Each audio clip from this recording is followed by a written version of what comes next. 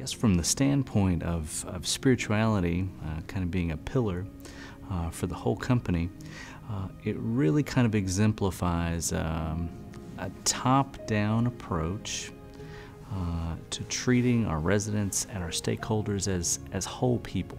You know, not just someone to care for, not just someone to treat as an employee, but treating them as whole people. You know, I know a lot of times when folks come into long-term care, one of the things that they say is most significant to them is can I still, will I still have my spirituality? Will I still be able to express myself as a person of faith, you know, or from whatever faith tradition they may come from. So.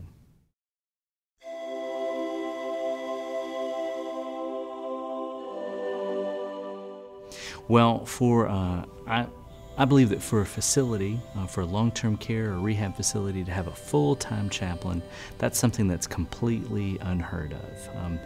I think the traditional model may be maybe someone from the community coming in on a very part-time basis, but for a chaplain to be there full-time and to be kind of fully integrated into the care at the facility and kind of the life of the community there at the facility really is something that is really kind of out of the box and expresses Signature's commitment to the spirituality of both the residents and the stakeholders as well. So.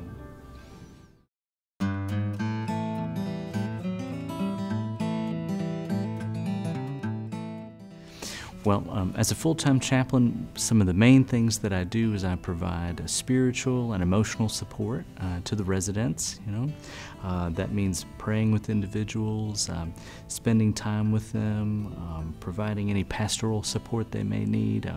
If they're a person of faith, that means reading scripture or just kind of talking with them about their tradition and the things that they appreciate about it. But also it means for our stakeholders, providing support for them too. You know, I think one of the things that's great about Signature is they treat everyone there as a whole person. And so residents and stakeholders alike. So as stakeholders come and maybe they need relief from the stresses at home or stresses at work, I'm there to provide support for them to ensure that they're able to give the best care that they absolutely can.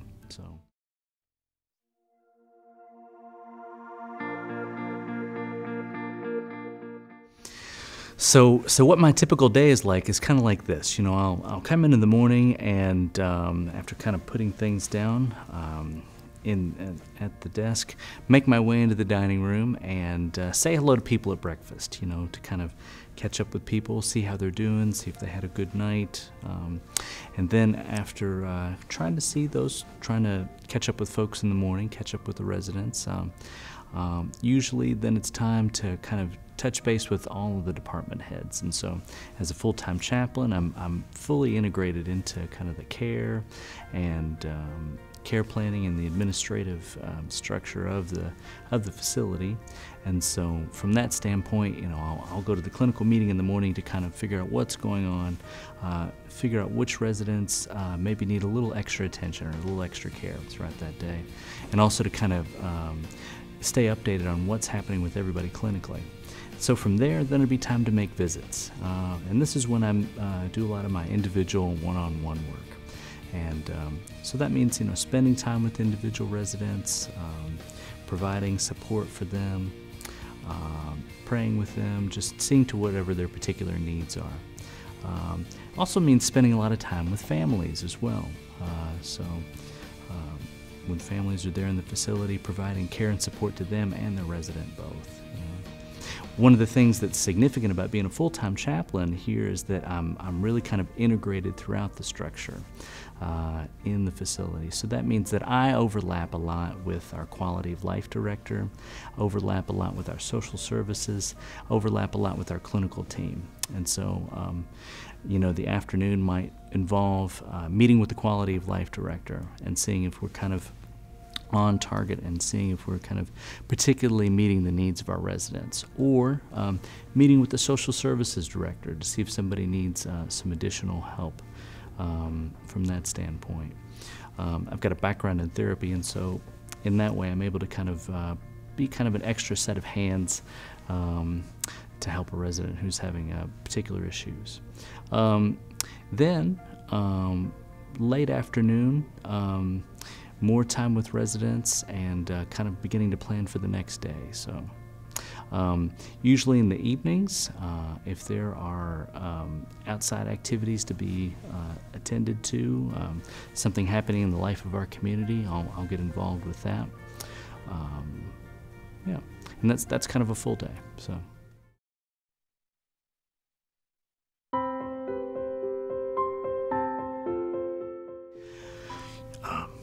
In the unfortunate case that we lose one of our residents, just because that person has passed, we still want that person's family to feel a part of us as a larger family. So one of the things that we try to do is keep up with families in the case that a resident has passed. Often, because we become kind of a close community, I'll find myself being asked or called upon to serve as kind of the officiant for the ceremony.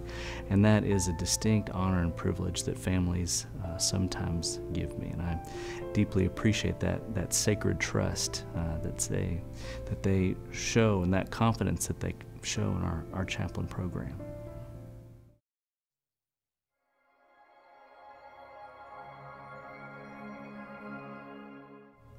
You know, one of the goals that we have as a facility overall is that we want to hear our residents' story. We want our residents and their families to feel like they can tell their story.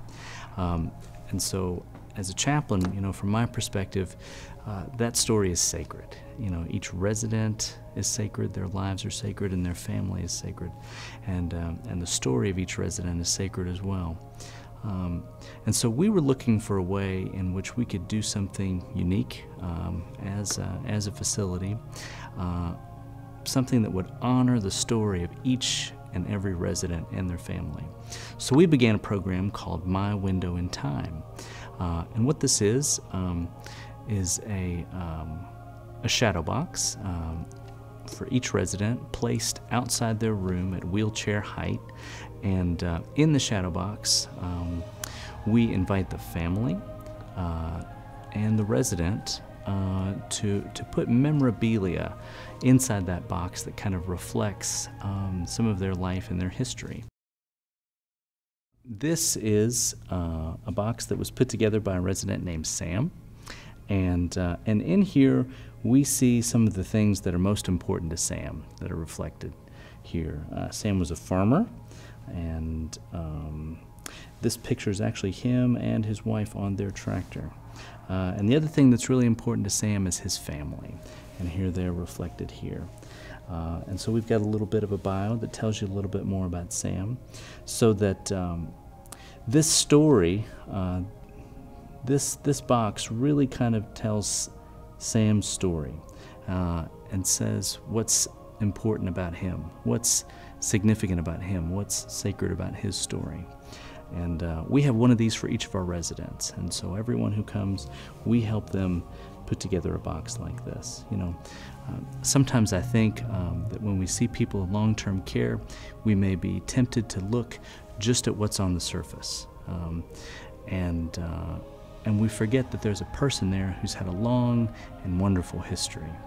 A sacred history, and that history is reflected by this project.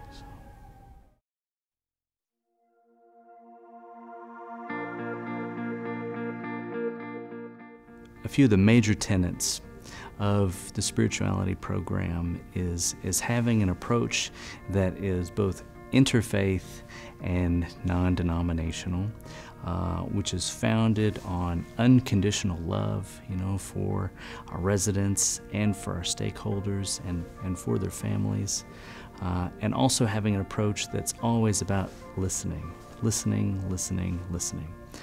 So from that standpoint, as a chaplain at Signature Healthcare Trimble County, it's really my focus to kind of meet people where they are at their place of spiritual need and to serve them the best that I can. So that may mean someone is a long-time church member. That may mean someone has a tradition maybe that they've fallen away from, or maybe that's someone who has no tradition at all. That's not important. What's important is to honor and respect each person where they are, and to encourage them to just be the best person that they can be. As the chaplain, it's not my role to persuade anyone or turn anyone to a particular position. It's about helping people to develop and grow on their own.